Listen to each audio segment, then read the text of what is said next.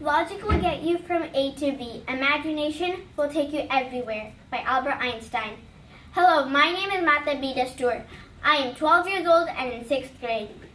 Unicorns with extra long horns, fairies that flutter, genies that grant wishes, flying cars, robots that do your work, and all the other cool, amazing, magical things you think of and believe in. But where exactly does all of that come from? If you guessed imagination, you are correct. One thing I cannot live without is my imagination. But before I tell you what I think about imagination, let me tell you about what imagination really is and where exactly it came from. Well, first of all, imagination means the act of forming images in your mind not present in front of you. Let me also give you the origin of imagination. Imagination comes from imagine and imaginary, meaning image and to picture to oneself, respectively, in Latin.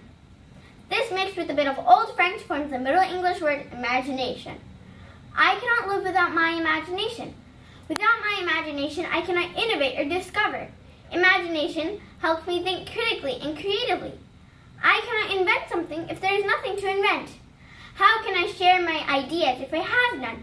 I can't. That's right, I can't. And if I can't, then, well, it's a long story, but let me tell you a secret. One secret that nearly all successful people use is how to use imagination in their favor. Bill Gates and Steve Jobs used theirs to think of and invent machines and softwares that would make life easier for us. I think I want to be successful, don't you? Well, in order to do anything in life, you have to keep at it. You have to keep on telling people about it, which tends to drive people crazy. Sometimes it may not be best to drive people crazy, but sometimes it's also the best way to get something done. But in order to have something done, you have to imagine something. And in order to imagine something, you have to have imagination. See how it is like a domino effect and imagination is at the bottom of it? Now, speaking of having imagination, have you ever seen something in ways other people haven't? Have you ever had a dream or a nightmare? Yes, of course you have. And I'm pretty sure sometime in your life you have pretended to be someone or have something you don't actually have.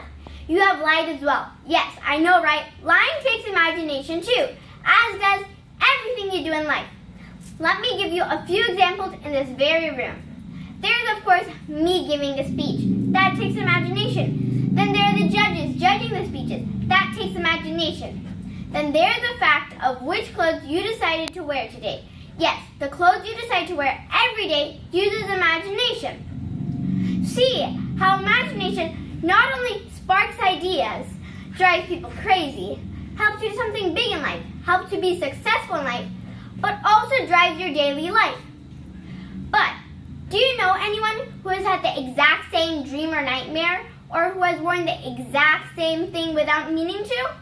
No, that's because everyone's imagination is different. And since we all have imagination, we are all different and unique. And our lives are different and unique too. Why? Because imagination drives our daily lives. Thomas Edison invented the light bulb. That took imagination. Imagination goes back all the way in history. But it also comes to modern world. The architect that designed the house you live in took imagination.